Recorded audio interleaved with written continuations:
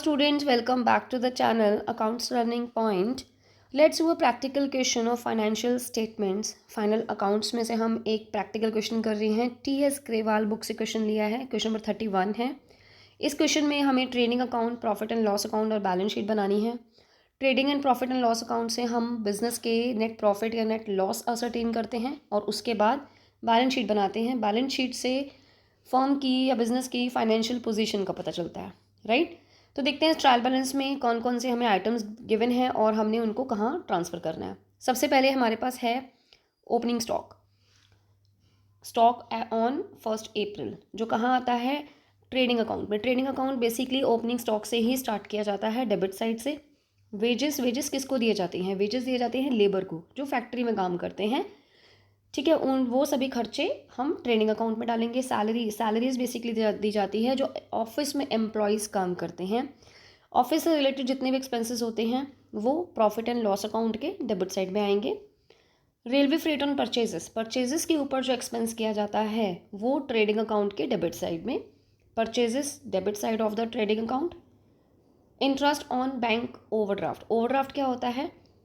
जब हमें बैंक हमें एक करंट अकाउंट पे एक ऐसी फैसिलिटी देता है जितना हमारा बैलेंस होता है उससे ज़्यादा हम पैसा विड्रॉ कर सकते हैं. तो इस तरह की फैसिलिटी देने के बदले वो हमसे इंटरेस्ट चार्ज करता है, ठीक है.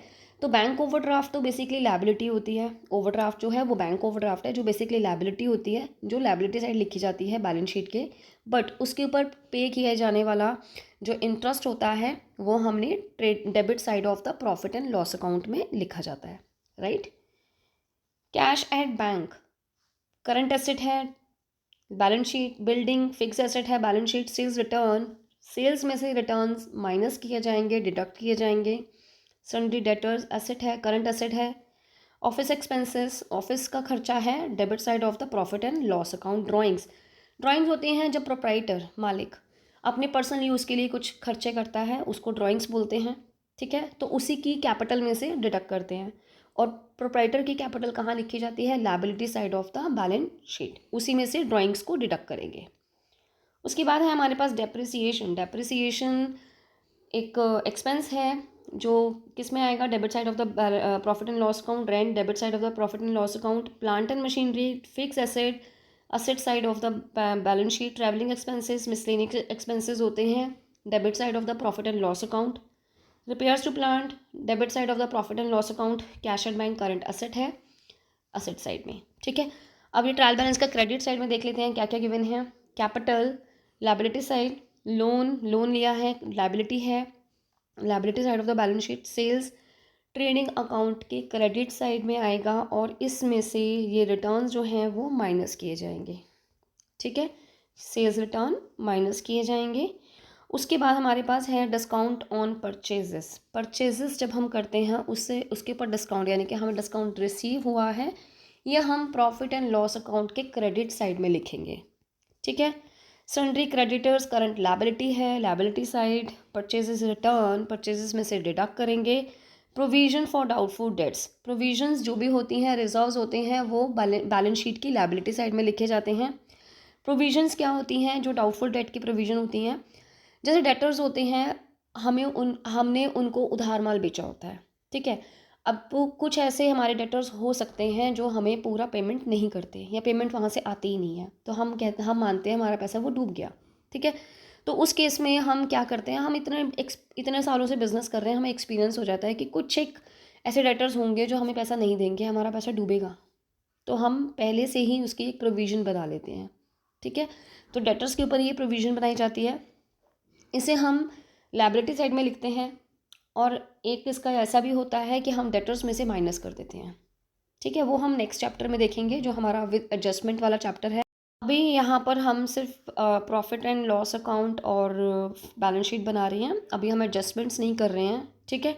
एक यहाँ पर जो हमें क्लोजिंग स्टॉक दे रखा है वो हमें outside of the trial balance given है. जब outside of the trial balance होता है तब हम इसकी दो जगह एंट्रीज करते हैं. एक हम ट्रेडिंग अकाउंट के क्रेडिट साइड में लिखते हैं और एक बार हम बैलेंस शीट में असेट साइड में लिखते हैं. क्लोजिंग स्टॉक एक ऐसा अनसोल्ड मटेरियल होता है, माल होता है, स्टॉक होता है जो बच जाता है. क्लोजिंग स्टॉक जो होता है वो हमारे लिए बेसिकली असेट होता है, ठीक है, जो करंट एसेट होता है, right. So be with me till the end of the video, question आपके सामने करूँगी। Let's start doing the practical question. Trading account का फॉर्मेट बना लिया है, particulars amount for the year ended 31 मार्च 2022। जैसे कि आपको पता है ट्रेडिंग अकाउंट स्टार्ट होगा टू ओपनिंग स्टॉक जो हमें गिवन है 96,000, राइट। उसके बाद हमारे पास है परचेजेस, टू परचेजेस जो हमें गिवन थी वो थी 1,20,000 यानी कि 1,20,000। उसमें से हम लेस करेंगे रिटर्न्स यानी कि जो हमने माल वापस भेज दिया 1,500 का, ठीक है। ये हमारे पास अब आ जाएगा 1,18,500। उसके बाद है वेजेस, टू वेजेस जैसे मैंने आपको बताया ये लेबर को दिया जाता है, ठीक है, 28,000। टू रेलवे फ्रेट जो है वो परचेजेस के ऊपर है, ये भी हमें हमारा debit side of the trading account आएगा 5,000, राइट। इस साइड हमारे पास आएंगे जो यहाँ पे जो हम एक्सपेंसेस करते हैं डेबिट साइड में, और जो पैसा आता है वो सेल्स से आता है, ठीक है। सेल्स हमने करी थी 2,50,000 की, जिसमें से रिटर्न्स भी थी जो हम लेस करेंगे, यानी कि हमारे पास ये नेट सेल्स आ जाती हैं 1,000 की माइनस करने के बाद 2,49,000। I hope is visible to you. अब यहाँ पर हम लिखेंगे बाय क्लोजिंग स्टॉक, क्योंकि क्लोजिंग स्टॉक जो है वो out of the trial balance given है, ठीक है। तो ये दो जगह एंट्री होगी, यहाँ भी और बैलेंस शीट में भी। अगर ये इनसाइड द ट्रायल बैलेंस होता तो हम उसकी एंट्री सिर्फ बैलेंस शीट में करते, ठीक है, लेकिन अब हम दोनों साइड ही कर रहे हैं। अब ये इसका टोटल करूँगी तो ये हमारे पास आ जाएगा 2,84,000। अब यहाँ पर ये टोटल ज़्यादा है तो इधर बैलेंस आएगा, वो हमारा ग्रॉस प्रॉफिट होता है। ट्रेडिंग अकाउंट से हम ग्रॉस प्रॉफिट कैलकुलेट करते हैं, ठीक है। तो ये हमारा जो आ रहा है दैट इज़ 36,500, यहाँ लिखा जाएगा टू ग्रॉस प्रॉफिट।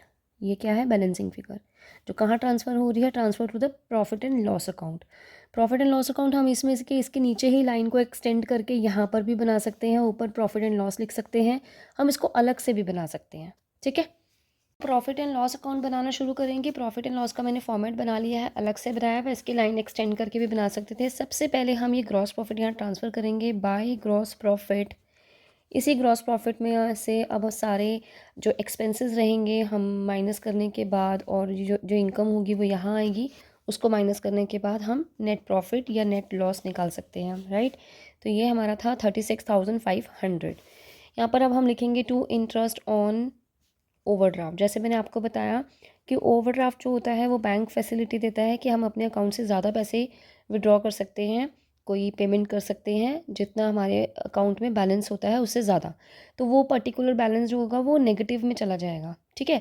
वो फैसिलिटी तो मिल जाती है लेकिन उसके ऊपर इंटरेस्ट चार्ज होता है, जो हम प्रॉफिट एंड लॉस अकाउंट के डेबिट साइड में लिखते हैं, जो कितना है 200। टू सैलरीज बेसिकली एम्प्लॉयज़ को दी जाती है, जो ऑफिस के वर्कर्स होते हैं उनको दी जाती है। तो ये हमारा इसमें आता है प्रॉफिट एंड लॉस अकाउंट में, ठीक है। टू ऑफिस एक्सपेंसेस, क्योंकि ऑफिस से रिलेटेड एक्सपेंसेस हैं, जैसे आपको पहले भी बताया है, परचेजेस से रिलेटेड एक्सपेंसेस, फैक्ट्री से रिलेटेड एक्सपेंसेस हम ट्रेडिंग अकाउंट में लिखते हैं, लेकिन ऑफिस में administration, selling expenses, distribution expenses, वो सभी हम प्रॉफिट एंड लॉस अकाउंट में लिखते हैं, ठीक है। तो यहाँ हम लिख देंगे 5,500 हमारा है ऑफिस एक्सपेंसेस। इसके बाद है डेप्रिसिएशन। डेप्रिसिएशन जैसे आपको पता है बेसिकली असेट के ऊपर लगाया जाता है, ठीक है। ये हर साल का खर्चा होता है, इसलिए ये रेवेन्यू एक्सपेंडिचर है जो हम प्रॉफिट एंड लॉस अकाउंट के डेबिट साइड में लिखते हैं। तो ट्रैवलिंग एक्सपेंसेस ये एक तरह से मिसलेनियस एक्सपेंस है, जो कहाँ लिखा जाएगा, प्रॉफिट एंड लॉस अकाउंट के डेबिट साइड में। उसके बाद है टू रिपेयर्स टू प्लांट्स, यानी कि हमने प्लांट को कुछ रिपेयर्स कराया है जिसकी वजह से वो एक्सपेंस आया है, हम यहाँ इसको लिखेंगे debit side of the profit and loss account. एक हमें था जो डिस्काउंट ऑन परचेजेस था, वो डिस्काउंट हमें रिसीव हुआ था, दैट इज़ अ इनकम, हमें फ़ायदा हो गया। यहाँ डेबिट क्रेडिट भी नहीं लिखा, ठीक है। तो यहाँ लिखा जाएगा टू बाय डिस्काउंट रिसीव्ड भी लिख सकते हैं, या फिर यहाँ पर लिखा गया है डिस्काउंट ऑन परचेजेस 4000, राइट। अब इसके बाद इसका मैं टोटल करूँगी तो ये मेरे पास आ रहा है 40,500। हम चेक कर लेते हैं हमारी कोई आइटम रह ना गई हो।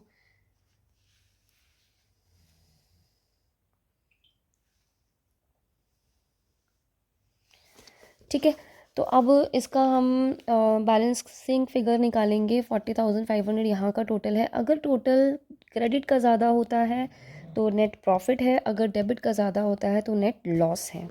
ठीक है, लेकिन हमारा यहाँ का टोटल ज़्यादा है, देख के ही पता लग रहा था। तो ये हमारा आ गया आंसर अब 19,800। क्या लिखा जाएगा? To net profit. ठीक है, बैलेंसिंग फिगर।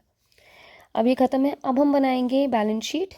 ठीक है, बैलेंस शीट आपको पता है जो बिजनेस की फाइनेंशियल पोजीशन बताती है, जिसमें असेट्स एंड लायबिलिटीज़ लिखी जाती हैं। ठीक है, बना लेते हैं बैलेंस शीट। बैलेंस शीट का कोई डेबिट क्रेडिट नहीं होता। लेफ्ट हैंड साइड पे लायबिलिटीज़ हैं, राइट हैंड साइड पे असेट्स हैं, और ये एट दी एंड 31 मार्च 2022 लिखा जाता है। जैसे उसमें हम फॉर द ईयर लिखते हैं, इसमें एट दी एंड। ठीक है, यानी कि इस एट द एंड ऑफ क्या हमारे फर्म की फाइनेंशियल पोजीशन है। बेसिकली असेट्स को हम अगर लिक्विडिटी की उससे करें तो सबसे पहले हम लिखते हैं करंट असेट्स। करंट असेट्स कौन कौन सी होती हैं? पहले है कैश एट बैंक, जो हमें गिवन है 1800। कैश इन हैंड, जो हमें गिवन है 200। उसके बाद हम लिखेंगे डेटर्स। डेटर्स हमारे हैं 35,000। उसके बाद हम लिखेंगे क्लोजिंग स्टॉक। क्लोजिंग स्टॉक भी क्या होता है? करंट असेट होता है। जो कितना गिवन था? 35,000, राइट। अब इसके बाद हमारे पास करंट असेट कोई और नहीं है। अब हम यहाँ पे लिखेंगे फिक्स एसेट। ठीक है, फिक्स एसेट जो है हमारी, जिसको हम नॉन करंट एसेट्स भी कहते हैं, वो हमारी है प्लांट एंड मशीनरी। एक है प्लांट एंड मशीनरी 18,000, और एक है बिल्डिंग 11,000, राइट। उसके बाद अब यहाँ तो मुझे कुछ और नहीं दिख रहा है एसेट साइड में। लायबिलिटी साइड में आ जाते हैं। लायबिलिटी साइड में हमारे पास सबसे पहले हम लिखेंगे करंट लायबिलिटीज़। जैसे हमने करंट असेट लिखा है तो करंट लायबिलिटीज़ लिखेंगे। जो हमारे पास गिवन है क्रेडिटर्स। क्रेडिटर्स जो हैं वो 23,700 है। उसके बाद लोन है, यानी कि अब ये करंट लायबिलिटी नहीं है, वो नॉन करंट लायबिलिटी है, लोन फ्रॉम बैंक। एक प्रोविज़न है, सॉरी, जो करंट लायबिलिटी है, प्रोविज़न फॉर डाउटफुल डेट्स, जो हमें गिवन था 5,000। ठीक है, इसके बाद लोन फ्रॉम बैंक, जो हमें गिवन है 9,000। अब इसके बाद जो कैपिटल है प्रोप्राइटर की, वो हमें गिवन है 50,000। इस 50,000 में से हम पहले तो नेट प्रॉफिट ऐड करेंगे। ठीक है, जो अभी हमने निकाला था 19,800, और इसके अंदर अब हम ड्राइंग्स लेस करेंगे। जो उसने पर्सनल यूज़ के लिए बिजनेस में से पैसा विड्रॉ किया है, वो उनको ड्राइंग्स बोलते हैं, जो कि है 6,500। ठीक है, तो ये हमारा माइनस करने के बाद आ जाएगा। अब इसका हम टोटल करेंगे। बैलेंस शीट का टोटल हमारा इक्वल आना चाहिए। अगर बैलेंस शीट में लायबिलिटी साइड का टोटल मैंने किया, ये हमारा बराबर आ रहा है एसेट के साथ, तो इसका मतलब हमारा क्वेश्चन डन है। तो इस तरह से हम प्रॉफिट एंड लॉस अकाउंट, पहले ट्रेडिंग अकाउंट, फिर प्रॉफिट एंड लॉस अकाउंट, और उसके बाद बैलेंस शीट बना के इसको क्वेश्चन को कर सकते हैं। सो आई होप आपको वीडियो अच्छा लगा होगा। Like the video, subscribe my channel and share with your friends also. And ये क्वेश्चन जो था ये TS ग्रेवाल बुक में से मैंने लिया था। जिन बच्चों के पास TS ग्रेवाल बुक है उसमें से लिया था। अगर कोई और ऐसा कुछ आते तो पर्टिकुलर क्वेश्चन आप कमेंट सेक्शन में पूछ सकते हैं, उसके वीडियो नेक्स्ट टाइम अपलोड करूँगी। Thanks for watching.